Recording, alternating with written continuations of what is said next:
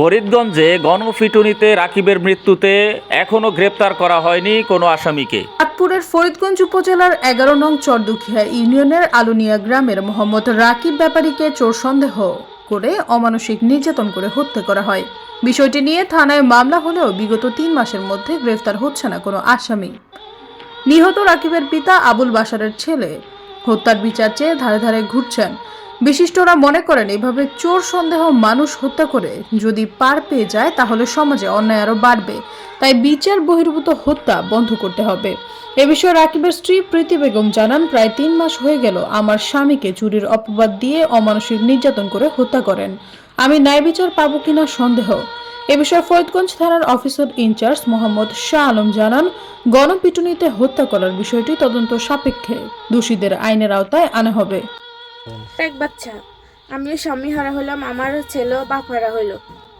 অল্প বয়সে এতিম হয়ে গেল, অল্প বয়সে বিধবা হয়ে গেলাম, ছেলেটা এতিম হয়ে গেল।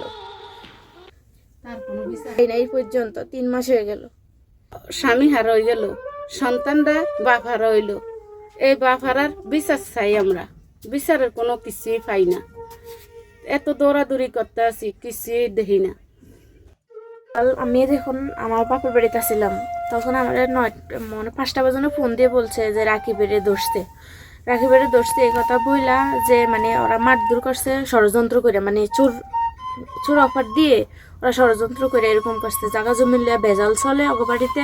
তা আমি এই বাড়িতে আসছিলাম, এটা লই তখন এই জিলু মেম্বারের কাছে পানি খুঁজছে, জিলু মেম্বারে পানি দেয় না, কয় আমি ছেলে সন্তান লাগিয়ে রাখছি, অনেক ছেলে করে লাগিয়ে রাখছি, আরে ফিটানোর জন্য এরা ষড়যন্ত্র করে আরে আমি রাখছি, এরে মারমু, এটা আমার প্ল্যান ছিল। তারপর আমরা আর অতটা করি নাই। আমি গিয়েছিলাম, আর তখন আমারে সবাই বলে যে তোর জামাই এরকম করছে, তোরা কোনে আসছিলি।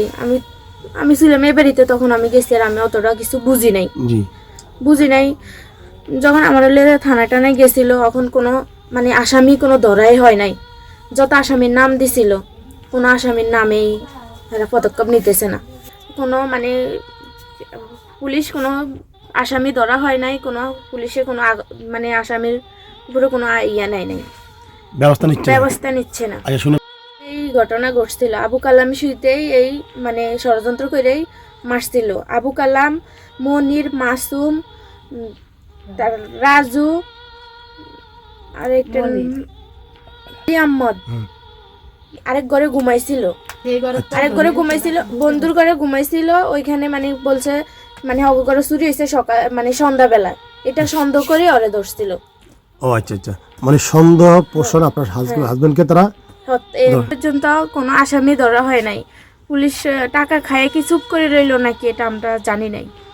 এই ঘটনার সঠিক বিচার চাই। আপনার নাম কি? প্রীতি আক্তার। আপনার স্বামীর নাম? রাকিব হোসেন। যিনি তার বিচার আমরা পাই না, তো আমার এই বিচারটা, সঠিক বিচারটা আমি পাইতে চাই। একজন হত্যা করলো, এই হত্যার বিচার চাই আমরা। কোনো তো আমরা বিচার পাই না, এ হয়ে গেল। মেয়েটা আমার কামাই রুজি করে খাবাইতো, আমার কামাই রুজি করে খাবার না হলাডারে সুর সুন্দর নিয়ে হলাডারে মারিলে যাই যে 3 মাস গত হয়ে গেছে। পুলিশের কাছে গেলাম, পুলিশে আমার রে হাং তাং কয়ে আমার গেলে বুঝতে 8 দিন হরে গেলে 8 দিন হরে একটা জামু কয়ে আমার হিরিয়ে দিলে আমি আইয়া হই। আবার 8 দিন হরে যাই, পুলিশের দ্বারে 8 দিন হরে গেলে জামু কয়ে আরে ওসি সাহেব হিরিয়ে দেয়। আমি থানার তরে পোস্টমর্টমের কাগজ হন্তকে আমার দিয়ে আনাইছে, আনে আমার আসামি আমার ধরে না। আমার বহুত টাকা হয়েছে নষ্ট করিয়া এরা আসামি ধরে না, এরা টাকা খাইয়া আমার ভিতরে আসামি এরা ধরে না। এরা মার্ডার কেসের আসামি ধরে না, মার্ডার কেস করিয়াও এরা আসামি ধরে না। আমার বুঝ দেয় তোমার আসামি ধরুম এরম করে।